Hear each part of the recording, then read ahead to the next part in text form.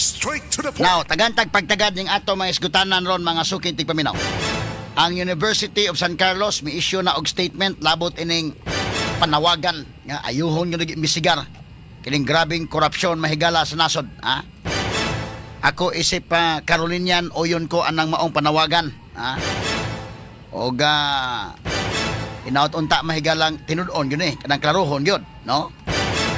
Now, kay atong mabantayan ron mahigala bida.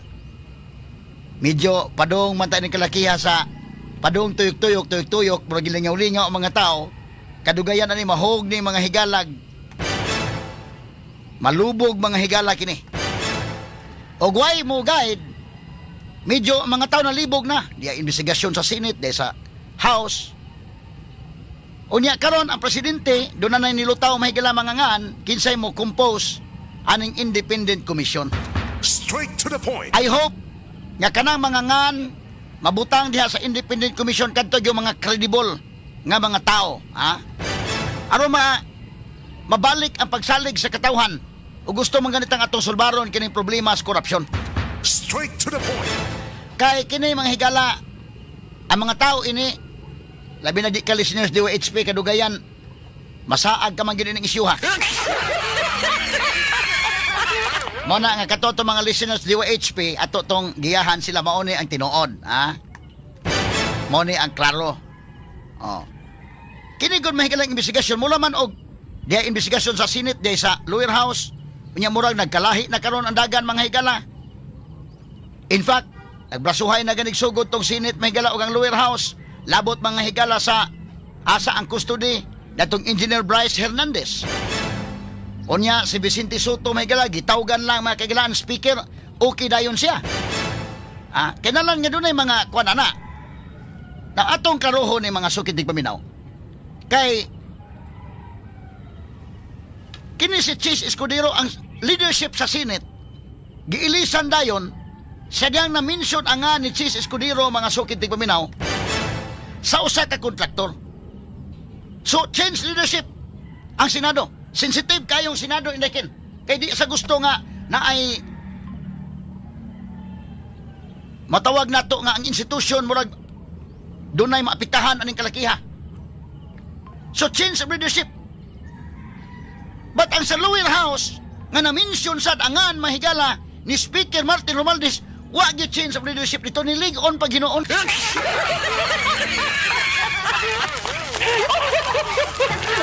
Mo na makayong tayay. Lima kang nitumbok mahigala ni Martin Romualdez ang pamilyang Diskaya, si Martin o si Saldico. Unya karon si Congressman kinsa ni Barsaga day.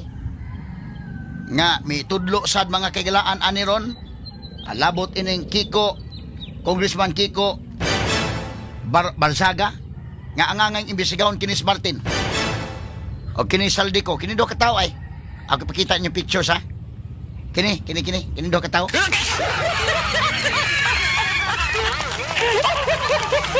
Nandi ta masaag ha. Kay lisod man kog kayo mga higala og mulihis-lihis ang investigasyon. Kadudahan kay ba? Ang lower house ipuyok ta ha. Ako makabantay ko dayon. Kay ako nang i-share ninyo nga ngano makabantay ko dayon. Kasabot ta sa balaod. Kasabot man ta sa konstitusyon. Mo na kabantay ko nga iyay mo lahi man ninyong dagan, ha? Lahi ninyong dagan ay. Gituyok-tuyok ta ang kadto mga kontraktor kuno hay mo ang mo na kong giingon. Basin og ang madakpan ini mga higala, ha? Ang kadto rang madaldali sa pamilya sa reptiles, ha? Balikon ko kaning reptiles mabuhi mahigala sa kamad-an, mabuhi sa tubig, mo ng pamilyaha mahigala sa mga buaya. Kanang buaya, kanang mga bitin, mga reptiles na. Kanang mga higalang ibid, kanang mga haw, apil pang tiki og tuko. Lisod man kayo kini mga contractor of course ato nang imbestigaron. Pero basin unya ning kalakiha og ang gagmay ra, ang katurang madakpan, ang tuto ra, ang tiki, ang ibid og ang haw. Ang buaya o di madakpan. Kadudahan man ni kayo. Mura man kalingkawas sino ng buaya. Ha? Nya ako itong ingon, kada tinuod yun na, kasi niya naminaw ito mga estudyante, daghan na ba yung naminaw na ito ronday? Kaya po yan. Kanang nga ito bang listeners, magikan sa mga tiguang ito sa mga bata, naminaw ito. Munang di, ato lang ang yuhon sad. Katubitamin ko scientific name ng buaya. Tinuod ba gina? Kana akong ingon scientific name sa, lahi man ang salt water nga buaya, o kanang buaya mahigala sa fresh water, no? Ang scientific name anak mahigalang salt water nga buaya, kantumatong Crocodylus porosus. Pero ang freshwater daghan mangod kay doon na may buaya sa Afrika, doon ay buaya sa Amerika, doon na sa Pilipinas, nana. Ang katong sa Afrika sikat mga to ilang kuan dito kay dagko man kay mga suba. Mao to may ilang scientific name katong Crocodylus niloticus. Ha? Mao to ilang buaya dito. Pero dili sa ato kana scientific names na nga klaro ga tinuod gina. Naminaw mga estudyante ba. Nya sagol joke mahigala natin mga buaya po dito sa Crocodile Farm sa Kongreso. Crocodylus congresos.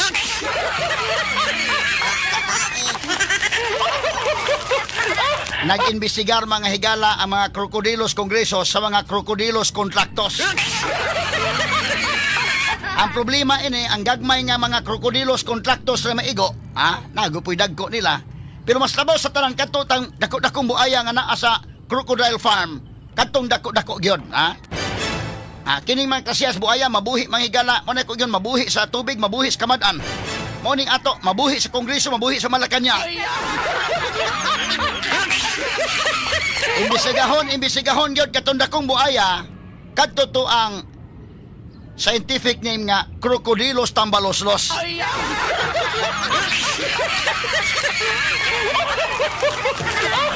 Ngano nga tagantag pagtagad malihis ang atong investigasyon. Wala ni magkanimao. Klarohon ta na. Ngano man, sakto to stubit yan ko, ipatawag si Saldi ko. Ipatawag, kini si Speaker Romaldi, sila gim-explain na ni. Ngano man, kining tanan nga korupsyon na may sugod ginis budget. Oh, bayon ta mga higala nga, ang okay, imbis sa garon during the time mga higala, kaya muna mag-adto pa doong Duterte may igaon nila. Okay na ko ana. Sige, igaas Duterte. Igaas si Pinoy. Pero ang karon nga administrasyon, ayaw likay-likay kay ang pinaka-budget nga bastos nga budget sa history sa Pilipinas, kibaw mo, gidiscuss na to, bastos kini nga budget ron. Kinsay responsable sa bastos nga budget? Nga ang DPWH, 1 trillion kapin ang gihatag. Kibaw kang kurakot ng ahinsya nga nung tuwa dito, gibutang ang dakong budget. Nalupig pa ang education. Mabita to nga na-question to. Nga nung naunsan ng hitabo bastos kini nga budget. Kinsay responsable sa bastos nga budget? Kaya dito man na nagsugod sa budget. Nga nung ato man ang ilihilihay. Manay mo si Tubitsang ko. Nga nung di man ipatawag si Saldi ko. Hala puyok-puyok, kiglingaw-lingaw, tas kontraktor gilangaw-lingaw, tadis gagmay. Aka na diskaya, di man naman consider gamay, dako masiga po na noon.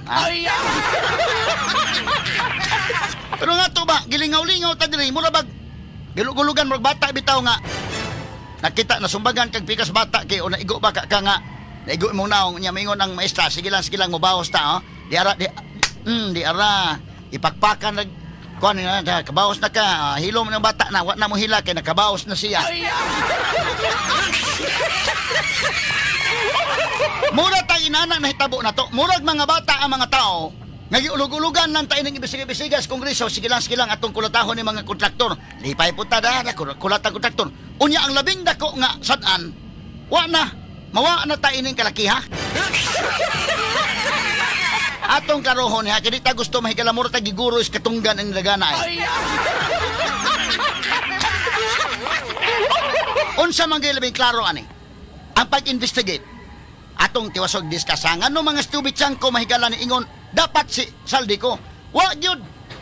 Ya nahibaw na natutuan na sa Amerika. Nganong kini si Saldi ko og si Martin magyud mo'y angay manubag ani. Numero 1 gyud. Ha? Kini inani mo gud ni. Straight to the point. Ngano man sa una pa ha, nagsugod pa sa una, wa pa kay mabulabog kayo. Kadtong giingon ni Sara Duterte natoy kamatuoran nga nagda sa budget sa Pilipinas kini nagbuot sa kwarta sa Pilipinas. Duha ra ka tawo. Kanas Martin Romualdez o si Saldi ko. Straight to the point. Oh. Karon ang gawas na. Si Diskaya mahigalan ni mention ang Romualdez o Saldi ko. Wa gyud sa matandog day. Wa gyud. Dito sa Senate pag mention ka usa may galangan Senate President Sis Escudero, bugha ng sis, oy. Pero sa House, daghan na nanawagan, ngilngiga, oy. Ina na kagamhanan, ha? Ina na kagamahanan ng mga tawhana. Imagine ka, sa una pa to nasulti Sara. Wa pa to. Layo pa to. Karon si Diskaya ni ingon. Nga gawas ana si Congressman Kiko Barsaga. Oh. Mo na say ni mention nga kanana ang dapat imbestigaron ni. Hasta Tubichanko mahigala Congressman Tubichanko na sa mga kamatuoran. Ngano man kini kong tanan mahigala. Kining tanan ba nga mga flood control projects o kining mga corruption. Agsugod yun kung imong uting kayon yun at pag-imbestigar mga kaigalaan, tuag yun magsugod ni nga nganong 9 maning budget. Ha? Kay line item ang guna. Pag-ingon naman higala, okay ni, butangan tanag kuan, kanang sapa dito sa Malabuyok, patong butangan og mo ni, sa kabilyon itong butang diya. Ha? Kadtong responsable anak nga congressman, kadtong responsableng magbabalaod nga nagbutang na dito, mo na to'y manukot dito sa komisyon ako ng project ha. Ako yung nagkuhanan dito sa budget. Dito magsugod sa budget na. Nga naman, kinamagon mga higalang atong balaod. Ha? Doon naman ta mahigalay giingon nga General Appropriations Act, kanang GAA ba? GAA. Kana, tungod kay ang Executive Department magagastos sila kwarta, but dili pwede sa makagastog kwarta nga wa sa balaod. Mo nang giingon sa Article 6 sa atong 1987 Constitution, no money shall be paid out of the treasury except in pursuance of an appropriation made by law. Sa ato pa, naana sa balaod. So kanang mga projects na ari-ari, naana sa balaod. Nanay line item dito nga kini para kini nga budget para diha. Kini nga budget para diha. Nya karon kinsa may dunay power ana? O maghisgot tag balaod ana? Kanang naay power mga higala ana under the Constitution, exclusive na diri sa House of Representatives. Straight to the point. Munang lisod kayo mag-imbestigar tala, layo na tagnaabtan sa investigasyon. Ang kadtong wa matumbok to mahigalang leader sa House of Representatives o ang leader, ang chairman sa Committee on Appropriation nga si Saldico. Straight to the point. Di man niha na sa line item sa budget. Unya ang atong konstitusyon nag-ingon magod mahigala under Article 6 nga tanan nga appropriations, tanan nga revenue or tariff bills or bills authorizing increase of public debt, bills of local application, mga private bills shall originate exclusively in the House of Representatives. Mo na giingon mahigala diha sa atong 1987 Constitution. Salaktod kini mo kong House, kanang Senate doon namang mga exclusive powers ba? Kanang House of Representatives, baliko na ko ha, ang Congress is composed of 2 houses. Ang House of the Senate o ang House of Representatives. Doon na mga exclusive powers. Example, kanang power to initiate impeachment. Di man pwede na sa Senate. Ang pwede ana, exclusive power na sa lower house. Ang House of Representatives. Mo po ng budget. Kanang budget, exclusive power na. Ang power of the purse, di as Congress, exclusive na mahigala diri sa lower house. Straight to the point. Munang kanang mga congressmen, sila na ila na nga trabaho. Ang Senate makapropose, ang Senate makakoncur, but originally, under the Constitution, tuwa na dito sa lower house. Straight to the point. Exclusive power nila na. Muna nga, ang bastos nga budget, ang atong balikan, kamog yung mga congressmen. Kamog yung nila sa lower house, kisa may leader. Straight to the point. Ang leader kasi Martin man, o si Saldico. Straight to the point. Nga ano di man sa imbestigaron? Ha? Nga ano di man sa imbestigaron? Diha na ta masaag man tayo ng kalakiha. Masaag tayo ng kalakiha. Mo nang ingon si Congressman Barsaga, na asay punto na ibabalik, ato ko na ipabatig-balik si Barsaga, kuno names be, Congressman Kiko, bebe.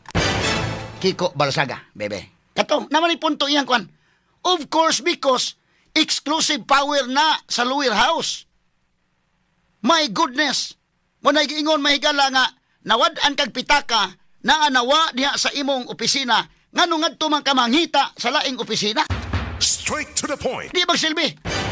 Ha? O kini karo be ato pawatig balik be. Naman si punto ani. Ana kani. Sige. Play dong. If anyone should be investigated, the first person to be investigated is House Speaker Martin Romualdez. Why, sir? Why? Bakit po? Because he's now Speaker. And Do you think meron po ba kayong personal knowledge about his involvement in any of the anomalous flood control projects or any of the projects? I have some personal knowledge. Can you elaborate, sir? I will not be elaborating that yet. But I'd like for Speaker Romualdez to be speaking in the... I'd like Speaker Romualdez to also be involved in the DPWH hearings.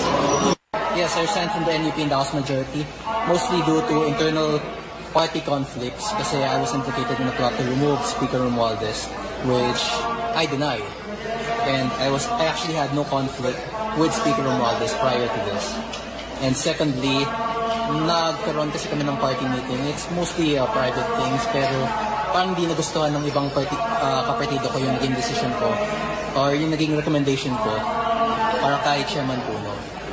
Ano yung recommendation ng Chairman Puno? I recommended to him that he should, this is all based on limited information, pero I recommended that he should no longer be defending the reputation of the House of Representatives because that's only just furthering the damage towards his own reputation because it's up to the House of Representatives to defend itself. Sorry, can you expound bakit people recommend ABS furthering damage? Because the more he defends the House and the DPWH anomalies, or the House from the DPWH anomalies, the more he makes it seem like we are complicit as a party in the said anomalies. Anyone... Balik ko nung James, kanina ito ipaklaro niya ba nga, dapat ang unang misigaron si Romualdez. Bebe. If anyone should be investigated, the first person to be investigated is House Speaker Martin Romualdez. Cut. Okay. So the first person to be investigated is Martin Romualdez. Correct. Ang ikaduha, Saldico. Siya man mo ay Committee on Appropriation, sila man mo ay powerful ani sila ay nagmaniobra ning budget. Dito man nagsugod. Lisod man kayo na mahigala mga imbisiga-bisiga ta dala subay-subay ta sa sapa. Ayaw sa di pa ta mo subay-subay sapa. Nganong nabuabot man ning kwartahan eh. Ha? Kining duha si Martin og si Saldico. Tuan Saldico ay niadto na sa Amerika.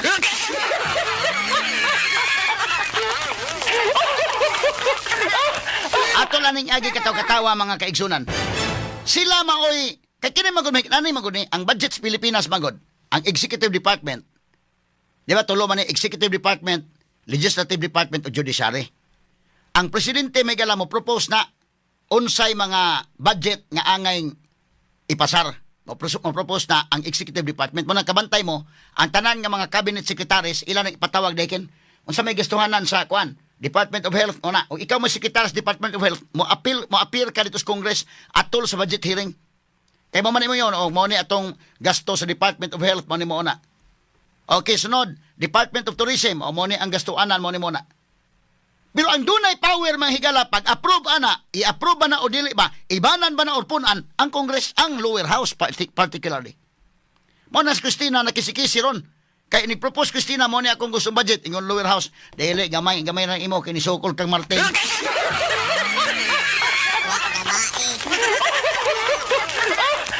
Bagulbol. Nabagulbol si Christina Prasco ron day. Kaya iyang budget lagi, iba nagdako-dakong pagkaiban. Ang gamahanan, ana, ang House of Representatives because that is an exclusive power sa House. Ako balik ko na, naman ko na sa mga exclusive powers. Ang kanang exclusive, to initiate an impeachment, that is an exclusive power of the House of Representatives. O kining budget sa mga higala, kana mga taxes, kana mga appropriations, revenue, mga tariff bills ana didto na mo originate gyud sa lower house. Inana kagamhanan sila. So kinsa may gamhanan diha ang katong leader si Martin og si Saldico mo na ang ingon to Bichanco kanus aman ipatawag ba si Saldico o dili mo nang names that cannot be mentioned. Kay mga gamhanan man. Nya mag-imbestigar ta. Okay ba na imbestigar ta mura mo og nalawgaw ba? Ba't kinang guided ta nga ayay? Mura man manghigala og murag ni likoy naman ni hinuong investigasyon aning kalakiha.